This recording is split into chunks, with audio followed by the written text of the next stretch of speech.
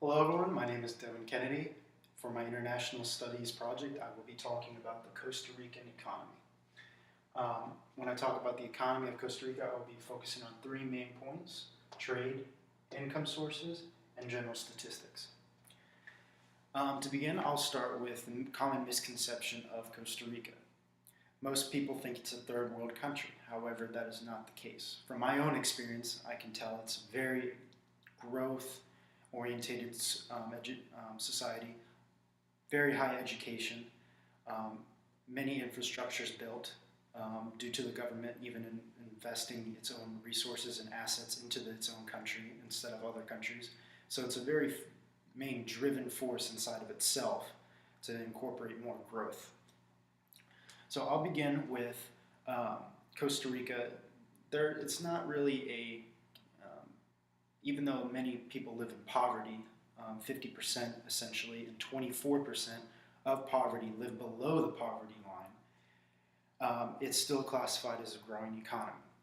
So Costa Rica is classified as a growing economy due to the real GDP of 4.1%. They're ranked third in competitiveness in Latin America, and their economic freedom score is 67.2, which is 7.2% higher than most of Central America. It's ranked 51st in the freest countries in the 2015 Economic Index.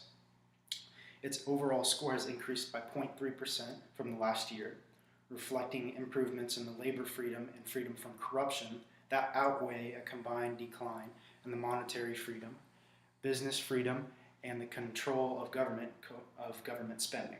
Costa Rica is ranked 10th out of the 29th countries in the South and Central American Caribbean region, and its overall score is higher than the global and regional averages. The top individual income rate is 25%, and the top corporate rate tax is 30%. Other taxes include general sales tax, property tax, etc. Government spending amounts to 18.3% of gross domestic product, and public debt is equivalent to around 37% of the yearly domestic income. Economic development has focused on orientating the economy to a global marketplace. Costa Rica has one of the highest levels of foreign direct investment in Latin America, and the government limited economic presence has facilitated a business environment based on tourism, agriculture, and technology. Ecotourism remains, which is one of their highest forms of income sources. It generates $1.9 billion worth of income, and I myself have witnessed it, and I can see why the general popularity of that income source is so popular. The main source of cash crops come from two products, coffee and bananas. However, there are other products that they divulge into their agriculture, and that makes up 6.5% of their GDP. So I'll go talk about their general statistics. They have a $70.5 billion worth of GDP. Their GDP PPP is $55 billion, and their GDP per capita purchasing power is $14,000, and their per capita nominal is also $14,000. Now, even though they sell coffee and bananas, there are other amounts of resources that they get is through coffee, bananas, pineapple, sugar, lumber, wood products, beef, fish. Since they're bordered by both the Atlantic and the Pacific oceans, 23% of their exports and imports are from the sea, and their recent infrastructures and building into that is to mainly harvest the seas that border each side of them. Not only due to their agriculture, they're mainly focusing on business.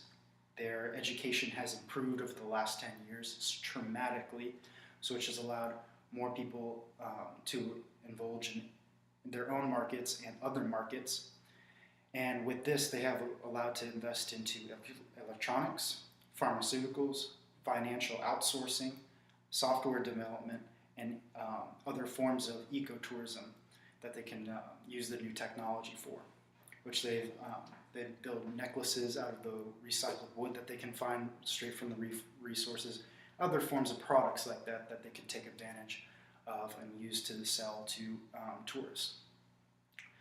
High levels of education, like I said, have allowed the residents to become more attractive in investing locations and better jobs, and this has allowed the country to increase its GDP by that amount of percent and make them allowed to be a growing economy. All you really need to know about trade is that they are part of the World Trade Organization, and that during 1988 they were signed in the Dominican Republic Central America Free Trade Agreement with the United States. That has allowed more trade amongst the countries as well as the United States.